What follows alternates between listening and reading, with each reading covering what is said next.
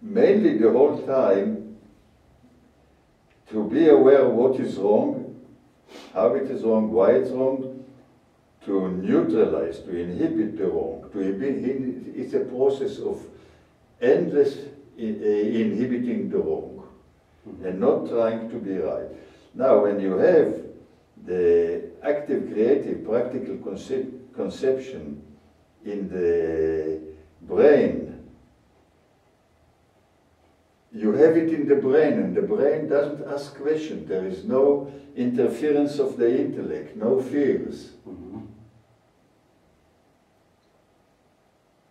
You know, our brain is loaded with conceptions. And they active, creative, practical conception, or at least practical, maybe not creative. But these conceptions, they are the source of our habitual reactions to stimuli. And the thing is really, in what Alexander discovered, is really to see that the conception in the conceptions will change in the brain. But then the trouble is that comes again the fears, the emotions, the prejudices and all the rest, and we are afraid to be in no man's land. And that's it. That once we want to be right, instead of having the conception to stop the wrong and to have this conception of what Alexander called means whereby, the right means whereby, which this is indeed related to the functioning and not of the use. The means whereby are, you know, neck free, head forward and away. They express this the relationship between the head and the spine that dictates how the body reacts in daily activities. And, you know, to be aware of this. And this awareness is not concentration. This is the word. And this is what is so hard for our brain to grasp. Always we want to be right, we want to feel right, to be sure that we are right. And therefore we can't eagleize. And this is the struggle. The struggle is not to put the hands right or so. And another thing, people speak, I know Feldenkrais, for example, imagine. What is imagination? Imagine that you grow. Then you try to imagine, you use your habitual conceptions. But if you give it up, and I tell you, this was the geniuses, in what Alexander discovered. But it seems that humanity is not ripe to accept it. As a matter of fact, people see that it's something great, but they want to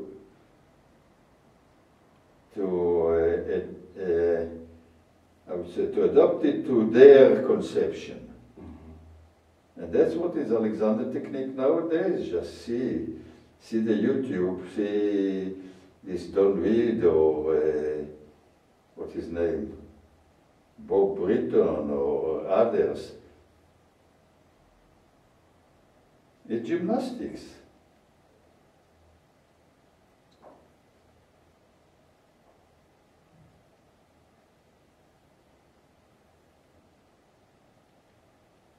Would you mind me doing some gymnastics with the hands?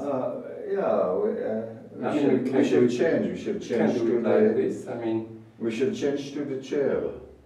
I mean, because it's not really important whether chair or not chair. Pardon? It's not really important chair or not chair.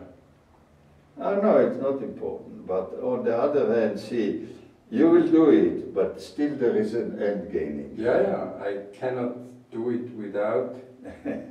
Because you want to see that it works. It will work if you really, if this ACPC, Active Creative Practical Conception, works in you. Mm-hmm. There is no problem then. Mm-hmm. No problem. Because what happened now, you still, because you did this Tai Chi, you deal with the movement and not with the opening. You want to see the proper right movement, but instead the movement, you still concentrate in the movement. But if you continue to grow, allow the neck to be free, the head to go forward and away, the back to spread, and all the rest, all the basic principles that or factors of what forms the Alexander technique, you see, here, it's still, you still use power. Now, if the conception, when you move the hands, not to move the hand, first to allow the hand to go away from the shoulder while you grow, and then, but still you interfere with the shoulder now. You see, completely move only the hands and spread open all over, not trying to feel, not trying to check if you do it. And then, in time, you will see. Easy.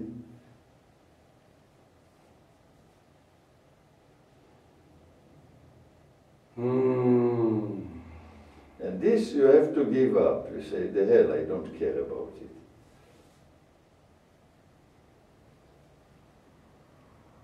Now you see, let it go more, opera.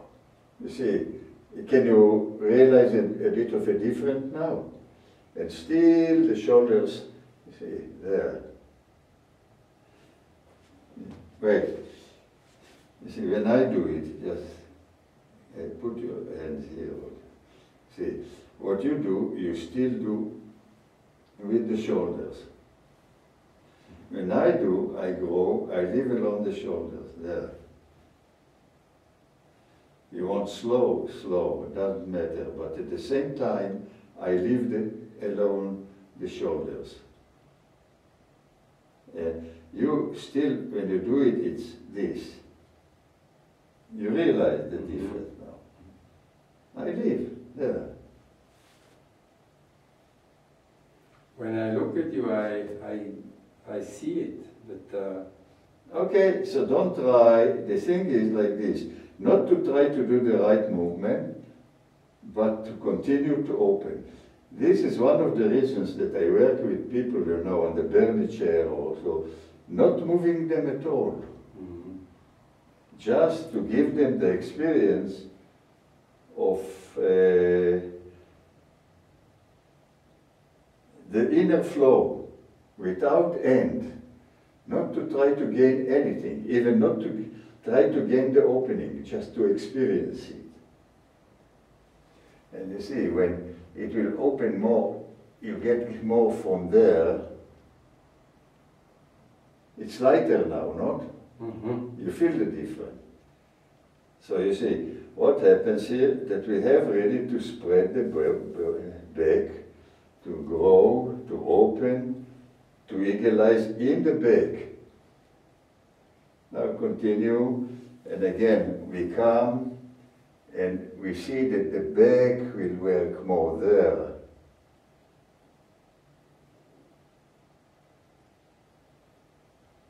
You realize the difference? Mm-hmm, a little bit. Okay, slowly. At the beginning, and give it up, say, I have to open. You're still in it. You want to move a bit to the chair? Or? Mm-hmm. Mm-hmm. Okay. Easy. Put your left foot in front. Easy. again, we don't get up, we just go, we stay here for the rest of the life. We just go. And we continue to go, and we don't get up, but the head leads. That's it. Okay, let's just get rid of this. You would like to have table a bit as well, or not? Yeah.